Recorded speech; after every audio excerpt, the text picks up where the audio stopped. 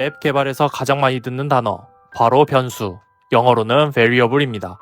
근데 이 단어, 개발 입문자가 처음 시작할 때 가장 많이 괴롭히는 단어이기도 합니다. 변수라는 녀석은 개발의 시작부터 끝까지 끊임없이 등장하기 때문에 개념을 제대로 잡지 못하면 바로 막힙니다. 변수, 상태, 데이터, 그게 다 뭐야? 그래서 오늘은 개발을 1도 모르는 분 기준으로 변수라는 단어부터 시작해서 개발에서 쓰는 모든 변수까지 완전히 이해시켜드리겠습니다. 변수는 어렵게 생각할 필요 없습니다. 변하는 값? 네, 맞아요.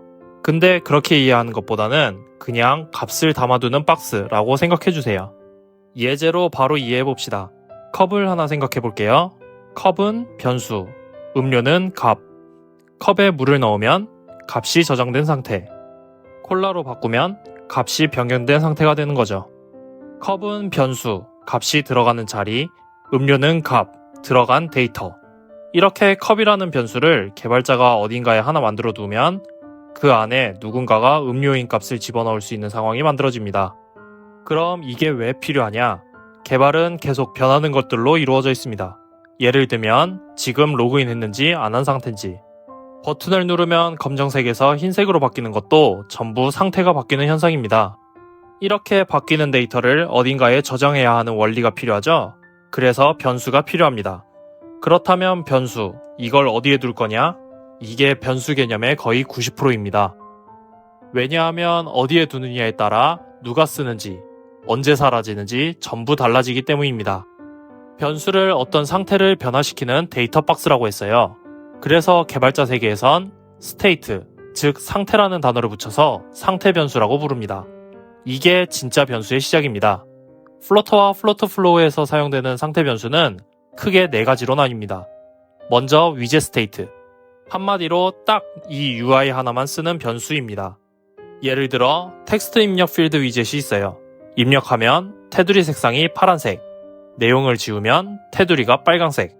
이건 텍스트 필드 안에서만 필요한 변화죠. 이럴 때 위젯 스테이트가 사용됩니다. 플러터 플로어에서는 다행히 위젯 스테이트는 직접 만들 필요가 없어요. 상태 변수를 가진 위젯을 추가하면 알아서 설정되어서 필요할 때 사용하면 됩니다. 상태 변수 중 가장 작은 단위는 위젯 스테이트. 다음 컴포넌트 스테이트. 묶음 단위로 쓰는 상태 변수입니다. 예를 들어 상품 카드가 있어요. 좋아요, 수량, 선택 여부. 이 3가지가 카드라는 한 묶음 안에서 같이 움직이죠. 이럴 때 사용하는 게 컴포넌트 스테이트. 세 번째, 페이지 스테이트. 컴포넌트는 한 묶음 안에서만 사용됐죠. 페이지 스테이트는 이 페이지 전체에서 쓰는 변수입니다. 예를 들어 상품 리스트 페이지에서 검색어, 필터, 정렬. 이것들은 페이지 안에서 계속 유지되어야 해요. 이럴 때 페이지 스테이트. 마지막, 앱 스테이트. 위젯은 그 위젯에서만, 컴포넌트는 그 컴포넌트에서만, 페이지는 그 페이지에서만. 자, 느낌 오시죠? 앱 스테이트는 앱 전체에서 쓰는 변수입니다. 예를 들어 다크모드 설정 여부, 앱 전체에 적용되고 유지되어야 하죠. 현재 로그인 중인 유저 정보도 앱 전체에서 공통으로 유지되어야 해요. 이처럼 어디서든 필요하다? 그럼 앱 스테이트를 사용합니다.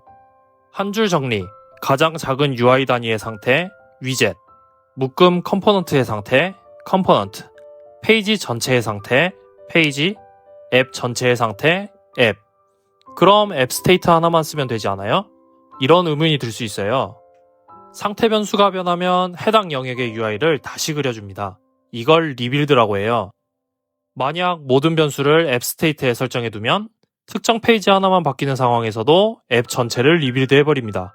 그러면 앱도 느려지고 기기 발열도 심해지겠죠? 그래서 필요한 만큼만 적절하게 써야 합니다. 그리고 중요한 점, 이 상태 변수들은 영구 저장소가 아닙니다. 해당 위치를 떠나면 값이 사라집니다. 단 앱 스테이트는 앱을 종료하기 전까지 유지됩니다. 그리고 persisted 옵션을 사용하면 반영구적으로 저장도 가능합니다. 변수는 저장만 하는 게 아닙니다. 데이터가 어디서 오느냐도 중요합니다. 먼저 서버에서 가져오는 데이터입니다. 예를 들어 채팅 앱이 있어요. 서버에 저장된 메시지 리스트를 가져와야 하는 상황입니다. A 안녕? B 뭐해? 이런 데이터를 서버에서 가져와서 화면에 보여줘야 하죠. 서버는 백엔드, 요청해서 가져온다는 건 쿼리, 합쳐서 백엔드 쿼리라고 부르는 변수입니다. 다음, 다이나믹 칠드런입니다. 유저의 취미 정보를 카드 형식으로 보여주는 화면이 있다고 해볼게요. 취미가 3개면 카드 3개, 100개면 카드 100개. 이렇게 데이터 수가 정해지지 않은 것을 동적 데이터라고 합니다. 데이터 개수만큼 UI를 생성해야 한다. 다이나믹 칠드런을 사용하면 됩니다. 핵심, 데이터가 많아지면 UI도 데이터만큼 동적으로 변한다. 변수는 이동도 합니다. 한 화면에서 다른 화면으로 값을 전달할 수 있어요. 쇼핑몰 앱에서 상품을 클릭하면 상세 페이지로 이동하죠. 이때 선택한 상품의 아이디가 상세 페이지로 전달되었기 때문에 그 상품의 데이터를 상세 페이지에서 보여줄 수 있는 겁니다. 이 식별 정보가 다음 페이지의 매개체 역할을 하죠. 그래서 이걸 매개 변수, 영어로 파라미터라고 부릅니다. 핵심, 다른 페이지 또는 컴포넌트 간 데이터 전달이 필요하다. 파라미터 사용. 앱에는 행동이 있습니다. 영어로는 액션이라고 하죠. 버튼 클릭, API 호출. 이때 결과값들이 생겨나죠. 액션 아웃풋, 행동 결과를 저장하는 변수입니다. 가격조에 API를 호출하는 액션이 있고 그 결과값을 저장할 저장소가 필요하겠죠. 그게 바로 액션 아웃풋 변수입니다. 변수는 변하는 값을 저장한다고 했는데 그 반대도 있어요. 바로 상수. 상수는 항상 같은 값이라는 뜻입니다. constants, API 주소, 앱 이름 등 절대 안 바뀌는 값을 한 곳에 모아 관리할 때 씁니다. enum, 상수의 집합체입니다. 선택지를 제한할 때 사용해요. 예를 들어 쇼핑 앱 주문 상태를 관리해야 한다면 대기, 완료, 취소 이 3개를 고정 세트로 운영하면 오탈자도 없고 매번 입력할 필요도 없죠. 이럴 때 enum을 사용합니다. 핵심, 상수는 정해진 것만 사용한다.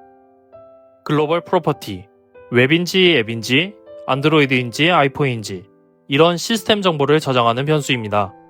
앱 스테이트처럼 앱 전체에서 사용되기 때문에 전역, 즉 영어로 글로벌. 뒤에 속성 정보라는 의미의 프로퍼티를 붙여 글로벌 프로퍼티라 부릅니다. 컨디셔널 밸류, 말 그대로 조건 변수입니다. 만약 로그인 상태면 로그아웃 버튼 표시, 아니면 로그인 버튼 표시. 이런 식으로 if 조건에 따라 다른 값을 사용할 수 있습니다. 마지막으로 데이터를 가공하는 변수도 있어요. 숫자 1만을 콤마가 표시된 1만원으로 포맷을 바꾸거나 시간 데이터를 월, 일, 요일 방식으로 표시할 때 이걸 transformed 데이터 또는 포맷 변수라고 부릅니다. 자, 모든 변수를 설명드렸으니 쇼핑 앱 기준으로 한 번에 정리해드릴게요. 앱 스테이트, 약관 동의 여부, 페이지 스테이트, 검색어, 컴포넌트 스테이트, 상품 카드 상태, 위젯 스테이트, 드롭다운 카테고리 정보, 백엔드 쿼리, 상품 리스트, 다이나믹 칠드런, 등록 상품 수만큼 카드 생성, 파라미터, 상품 아이디 전달, 액션 아웃풋, API 결과값, 컨스텐스, API 주소 등 고정값, enum, 상품 대기, 주문, 완료 상태, 글로벌 프로퍼티, 웹인지 앱인지 접속 정보, 컨디셔널 밸류, 조건에 맞는 UI 변경, 트랜스폼드 데이터, 원화 단위 가격 포맷. 변수는 어렵지 않습니다. 값을 담는 박스일 뿐입니다. 하지만 어디에 둘지 모르면 앱이 무조건 꼬입니다. 개발은 변수 싸움이 아니라 개념과 구조 싸움입니다. 이 영상을 이해하셨다면 이제 플러터 변수 진짜 끝입니다. 이상으로 영상을 마칩니다. 구독과 좋아요 부탁드리며 궁금하신 점이나 요청하는 영상 주제를 댓글로 남겨주시면 최대한 반영해 영상 제작해보겠습니다. 감사합니다.